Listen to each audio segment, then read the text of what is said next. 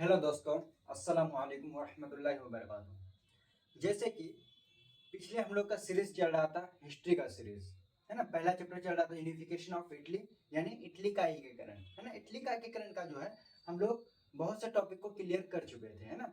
हम लोग पहले क्या पढ़े एकीकरण में है ना, 1830 की क्रांति भी पढ़ ली, 1848 की क्रांति पढ़ ली और उसके पहले का भी सिनारियो को पढ़ चुके थे। ठीक है, उसके बाद हम लोग इटली के एकीकरण के बारे में जो है कुछ बेसिक्स को पढ़ चुके थे। अब उसके बाद एक महान व्यक्ति जिसका योगदान रहा है इटली के एकीकरण में, उसके बारे में पढ़ने वाले हैं। और वो कौन है आपका? वो है मेजनी है ना। तो आपका टॉपिक ही दिया हुआ यहाँ पे, इटली के एकीकरण में मेजनी का क्या योगदान था। मेजनी का योगदान है ना, मेजनी का योगदान था। इस तरह के क्वेश्चन को आपके एग्जामिनेशन में पूछा जाता है, तो इसलिए हम क्या है ये टॉपिक को लाए हैं। तो इसके बाद जो आपका टॉपिक है मेजनी के बारे में ना, मेजनी का क्या क्या योगदान रहा, ये क्या क्या किए। पहले तो मेजनी के बारे में हम लोग जानते हैं मेजनी कौन थे है ना। अगर मेजनी की बात करते हैं, मेजनी कौन थे, तो यहाँ पे क्या है, मेजनी साहित्यकार, गणतांत्रिक विचारों का समर्थक है ना। ये क्या था? एक साहित्यकार। साहित्यकार समझते हैं, साहित्यकार क्या होता है? यानी कोई लिटरेचर के बारे में जानकारी रखने वाला, किसी भी लैंग्वेज के बारे में अच्छी जानकारी रखने वाला, उसी को क्या कहते हैं? साहित्यकार कहते हैं। और गणतांत्रिक विचारों का समर्थन है, जो भी गणतांत्रिक विचार, जो भी किसी राष्ट्र को एक करने का जिसके अंदर विचार है, उसको ये क्या करते हैं? सपोर्ट करने का काम करते थे। और ये भी इसी के रास्ते में चलते थे और ये चीज को वो अच्छा समझते थे। और आगे का योग्य सेनापति थे। ये क्या थे? सेना में थे, ये एक सेनापति थे। ठीक है, ये ऐसा चाह रहे थे कि इटली भी एक क्या हो, एक अलग राष्ट्र की पहचान हो, इस पे कोई भी दूसरे देश का हस्तक्षेप ना हो, किसी दूसरे देश का इस पर कब्जा ना हो, किसी दूसरे देश का इस पर कोई भी अधिकार ना हो। इस तरह का ये क्या था, इस तरह का सोच रखने वाले थे। इन्होंने क्या किया, सन 1831 में, कितना में? सन 1831 में एक क्या है अपना संस्थान बनाया, जिसको क्या बोलते हैं? यंग इटली है ना। क्या बनाया? यंग इटली नामक एक संस्थान की स्थापना किया। और इसका मुख्य उद्देश्य क्या था? मुख्य उद्देश्य यह था इटली से विदेशी हस्तक्षेप को समाप्त कर संयुक्त गणराज्य का स्थापना करना है ना। ये क्या चाह रहा था कि इसका उद्देश्य ये था, जो भी हस्तक्षेप है, जिसका भी कब्जा है इटली के अंदर, उस कब्जा को क्या करना? खत्म करना। अब वो जैसे भी हो, ठीक है, वो खत्म करके क्या, इसको एक संयुक्त गणराज्य बनाने का क्या था, इसका एक क्या था? सपना था, एक क्या था? एक मोटो था। आगे देखते हैं, सन 1834 है ना, सन 1834 में एक फिर संस्थान बनाया, जिसको क्या बोलते हैं? Young Europe. और ये संस्थान का बनाने का मुख्य उद्देश्य यह था, पूरे यूरोप में लोगों के बीच क्या है? राष्ट्रता की भावना जगे और लोग क्या हो? एकीकृत हो है ना। जो भी कंट्री, जो भी देश क्या हो, अलग अलग प्रांतों में बटा हुआ है, वो क्या हो? एक प्रांत में क्या हो जाए? मिल जाए, जिसको एकीकृत हो जाए। ये चाह रहा था, इसका उद्देश्य यही था। फिर उसके बाद क्या, सन 1848 में जब यूरोप में ना, जब 1848 की क्रांति पड़े थे, यूरोप में किसका? यूरोप में फ्रांस की बात करें, फ्रांस में क्या था, लोगों ने क्या किया था? एक क्रांति की, जिसको 1848 की क्रांति कहते हैं। उस समय राजा कौन था? लुई फिलिप था है ना, लुई फिलिप। और इस समय सिर्फ फ्रांस में ही नहीं, फ्रांस का क्या है, ये लड़ाई थोड़ा सा क्या है, फेमस है, इसलिए हम लोग उसके बारे में पढ़ते हैं। और लेकिन और भी जगह क्या था, ये लोगों के अंदर राष्ट्रीयता का भावना जगने लगा था, जिसके आधार मेटरनिक जो था, ये ऑस्ट्रिया का था चांसलर। और ये क्या थे, हर राष्ट्र में यानी आसपास के जो भी कंट्री थे, उस कंट्री में क्या चाह रहे थे कि पुरातन व्यवस्था हो, इस तरह के प्रांतों में, अलग अलग प्रांतों में बटा हो, जिससे क्या उसको शासन करने में बहुत आसानी हो। इस तरह का ये चाहता था। तो जब 1848 में यूरोप में क्रांति का दौर आया, क्रांति का दौर किस तरह से आया, लोगों के अंदर राष्ट्रीयता का भावना जगने लगा, जगह जगह पर आंदोलन होने लगा। इस समय क्या हुआ, मेटरनिक को ऐसा लगा कि अब क्या है, ये व्यवस्था नहीं चलने वाला है। तो ये इन्होंने क्या किया, ऑस्ट्रिया को छोड़कर वो क्या कहे, पलायन कर गए दूसरे देश है ना। ये छोड़ना पड़ा यहाँ से। जब ये छोड़े तो मेजनी क्या थे, बीच में जब इसके लिए काम कर रहे थे, बीच में क्या मेटरनिक आया था। मेटरनिक ने क्या किया था, उसकी जो भी योजनाएं थी, जो भी आंदोलन हो रहा था है ना, राष्ट्रता के भावना को जगाने के लिए, या क्या है, एकीकृत करने के लिए, वो सबको कुचलने का काम किया। जब ये लौट कर गया, उसके बाद मेजनी फिर दोबारा किसमें आया, या इटली आया। तो मेजनी ने संपूर्ण इटली का एकीकरण कर गणराज्य बनाना चाहता था है ना।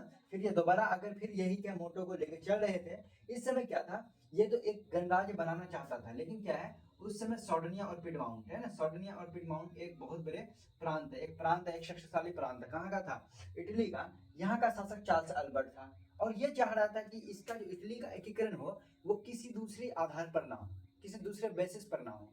ये क्या चाह रहा था, अपने आधार पर हो। इसके आधार पर मतलब ये जिसको चाहे अपने साथ मिलाए, विलय करवाए, और जिसको चाहे अपने साथ विलय नहीं करवाए, ये अपने आधार पर करना चाहते थे। लेकिन उस समय रोम जो था, है ना, एक प्रांत रोम भी है, रोम का शासक क्या है, पोप, है ना। पोप जो था वो धर्मराज्य बनाना चाहता था, इसको क्या, धर्मराज्य बनाना चाहता था। इस समय क्या हुआ, जब इस तरह का लोगों के बीच, इन लोगों के बीच ही क्या था, भेदभाव था, मतलब इस तरह का क्या था, टकराव पैदा हो गया था। उस समय क्या हुआ, ऑस्ट्रिया का भी हस्तक्षेप कहाँ पे था, इटली में था। उस समय क्या है, इटली में ऑस्ट्रिया ने क्या कर दिया, आक्रमण करना शुरू कर दिया। उस आक्रमण के दौरान, उस लड़ाई के दौरान क्या हुआ, सार्डिनिया और पिडमाउंट का जो शासक है चार्ल्स एल्बर्ट को क्या पराजित हो गया, हार गया। किससे हार गया, ऑस्ट्रिया से हार गया। लेकिन हारने के बाद ऑस्ट्रिया क्या किया, जहां पे भी आंदोलन चल रहे थे सारे आंदोलन को कुचलने का काम किया। उसी के साथ क्या हुआ, एक जो है ये मोटो था मेजनी का, एक जो सपना था कि इसको एकीकृत करके गणराज्य बनाने का, ये सपना क्या चकनाचूर हो गया, खत्म हो चुका था। ठीक है, अब ये प्रथम चरण था ना, इटली के एकीकरण की, ये प्रथम चरण था। इसके बाद जो द्वितीय चरण में हम लोग पढ़ेंगे, द्वितीय चरण में सार्डिनिया और पिडमाउंट का शासक कोई और होगा, है ना।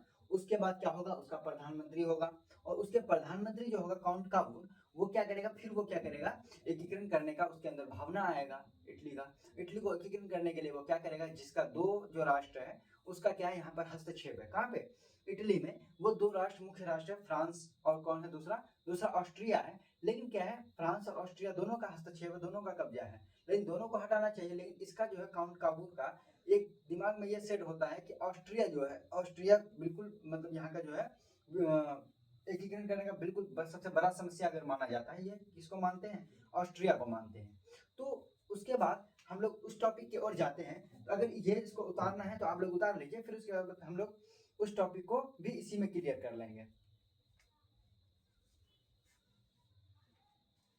अगर आप लोग उतार लिए तो इसको क्या करते हैं, क्लीन कर लेते हैं।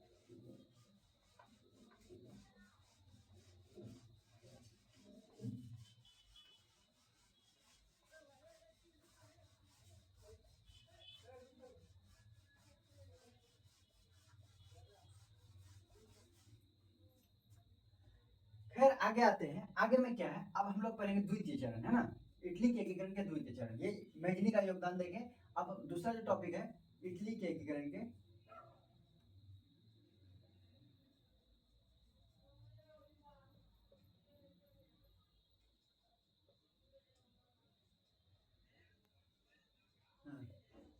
द्वितीय चरण, ये द्वितीय चरण में हम लोग पहले पहले प्रांत जो बोले सार्डिनिया और पिडमाउंट, तभी शासक कौन था, चार्ल्स एल्बर्ट था। चार्ल्स एल्बर्ट जो है अपने आधार पर वो क्या करना चाह रहा था, एकीकरण करना चाह रहा था। लेकिन चार्ल्स एल्बर्ट के बाद जो वहां का शासक बनता सार्डिनिया पिडमाउंट का, वो शासक कौन होता सार्डिनिया पिडमाउंट का,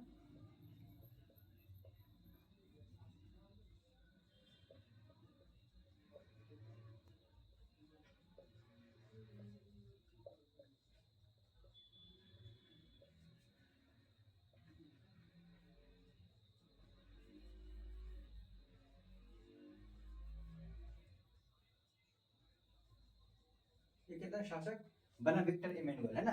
ये सार्डिनिया पिडमाउंट का शासक जो था विक्टर इमेनुअल बना, किसके बाद, चार्ल्स एल्बर्ट के बाद। और ये जो था, ये क्या है, ये चाह रहा था कि क्या हो, इटली का एकीकरण हो, ठीक है। लेकिन इन्होंने इसका प्रधानमंत्री जो था, इन्होंने प्रधानमंत्री के रूप में किसको नियुक्त किया, प्रधानमंत्री, है ना। इसका प्रधानमंत्री था काउंट काबूर, है ना। इन्होंने प्रधानमंत्री किसको नियुक्त किया, काउंट काबूर। और काउंट काबूर जो है, यहाँ पे जो है इटली में दो राष्ट्र का क्या था, हस्तक्षेप था। हस्तक्षेप किसका किसका था इटली में, इटली में हस्तक्षेप, है ना।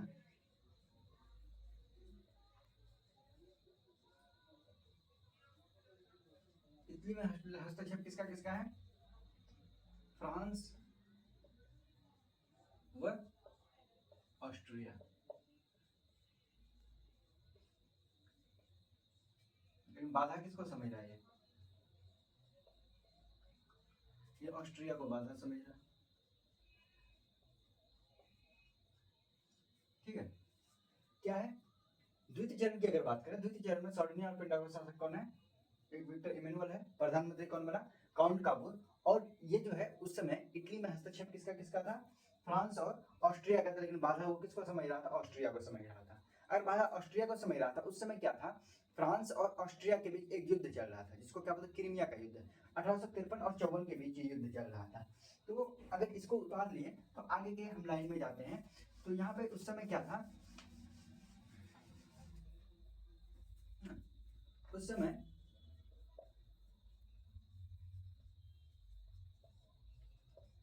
ऑस्ट्रिया और फ्रांस के बीच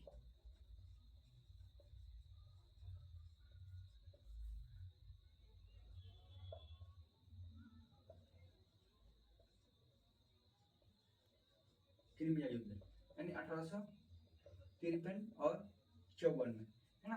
ये ऑस्ट्रिया और फ्रांस के बीच क्या चल रहा था, क्रीमिया युद्ध चल रहा था, जो क्रीमिया युद्ध क्या था 1853 और 54 में। इसी समय क्या हुआ कि विक्टर ये काउंट काबुर ने ना, काउंट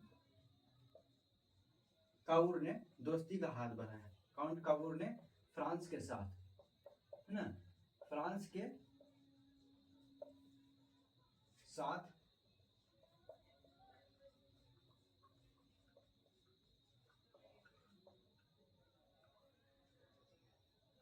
दोस्ती का हाथ बढ़ाया। तब देखिए कहानी को समझिए। इटली में दो प्रांतों का क्या था, हस्तक्षेप था, फ्रांस और ऑस्ट्रिया का। लेकिन जो है काउंट काबुल बाधा किसको समझ रहा है, ऑस्ट्रिया को समझ रहा है, और एक युद्ध का फायदा उठा रहा है। क्रीमिया युद्ध जब चल रहा था फ्रांस और ऑस्ट्रिया के बीच, इन्होंने क्या किया, फ्रांस के साथ दोस्ती का हाथ बढ़ाया। फ्रांस से दोस्ती करके वो ऑस्ट्रिया को हराने का काम करेगा। इस समय क्या हुआ, ये क्या है, हाथ बढ़ाया, हाथ बढ़ाने के बाद क्या है, दोस्ती का ये किया। दोस्ती करने के बाद इन्होंने क्या किया, ऑस्ट्रिया को बुरी तरह से क्या है, क्रीमिया युद्ध में हराया। उस समय के बाद जब युद्ध होता है, युद्ध की समाप्ति के बाद एक सम्मेलन हुआ। उस सम्मेलन में ऑस्ट्रिया और, है ना, फ्रांस को तो बुलाया गया, उसके साथ किसको बुलाया गया, सार्डिनिया को भी बुलाया गया, है ना। सार्डिनिया व पिडमाउंट के साथ साथ काउंट काबुर को बुलाया गया। जब काउंट काबुर भी गए, उस सम्मेलन में क्या हुआ, जब इसके समय क्या हुआ, जब इसको पूछा गया तो इन्होंने बताया कि इटली यानी ऑस्ट्रिया का जो हस्तक्षेप है, यानी कब्जा है किस पर, इटली में, वो गैर कानूनी है ना। वो क्या बताया इन्होंने उस सम्मेलन में, उन्होंने सम्मेलन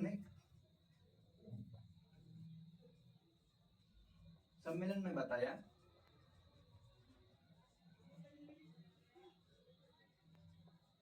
इटली में, है ना, इटली में ऑस्ट्रिया का जो हस्तक्षेप है वो क्या है, ऑस्ट्रिया का हस्तक्षेप गैर कानूनी